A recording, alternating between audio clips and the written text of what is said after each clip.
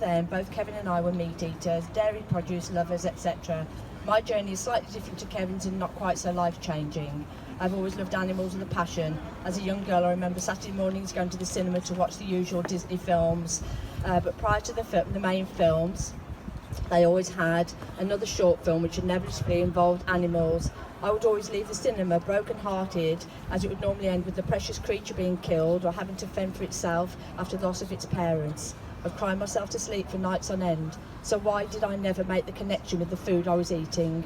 Our generation was so conditioned, telling us that we must drink our milk for calcium, eat our meat for protein, etc.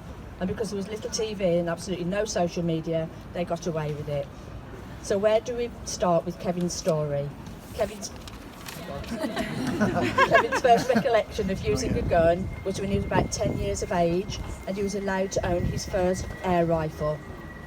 He used to go into the woods at Holtfleet, Worcester, with his friend, and they used to shoot rabbits and wood pigeons, which they would skin, like their parents had shown them, and they would cook and eat them. When he was around 16, he would go and visit his uncle in Highley. His uncle's nickname was Dan the Poacher. In the winter evenings, they would go out with their rifles and with a torch, shoot the pheasants out of the trees. He would have around 6 braces of pheasants they'd shot, tied round his neck with string. They would take them home, and the next day they would sell them in the pub. Kevin never seemed to have any compassion or regard for sentient beings, apart from the love he had for his dogs. He would shoot any animal, from squirrels, rabbits, hares, partridge, geese, foxes. The list is endless.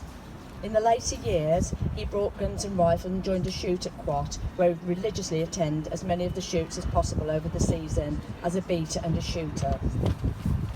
In May 2017, my son James and his wife Maxine decided to try a vegan diet. They had no idea what was involved, but they said they would give it a go. As they started to read more about veganism, the horror emerged. So they made it their mission to try and talk the family into walking beside them on their vegan journey. On 7th of July 2017, after weeks and weeks of asking us to watch different documentaries, Kevin and I finally sat down to watch them, including What the Health and Forks Over Knives. We have never consumed animals since that day. For me, it was easier to make that change.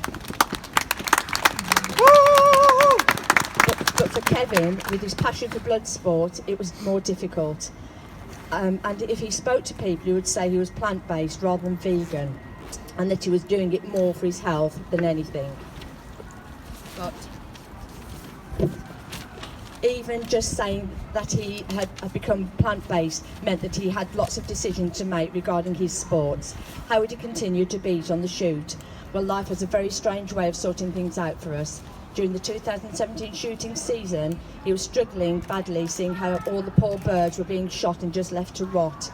And following very unexpected heated words with the head gamekeeper, his days of shooting were finally at an end.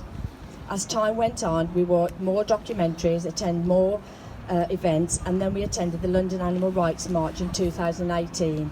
That's when it really hit home for Kevin that veganism wasn't just about his health, but the suffering of the animals. That was the time he actually started to call himself a vegan. These barbaric blood sports have no place in the 21st century, and we cannot continue to hunt and kill these innocent sentient beings. So for anyone out there who thinks that it's impossible to change your ways, it certainly isn't. It's never too late in your life to make a difference.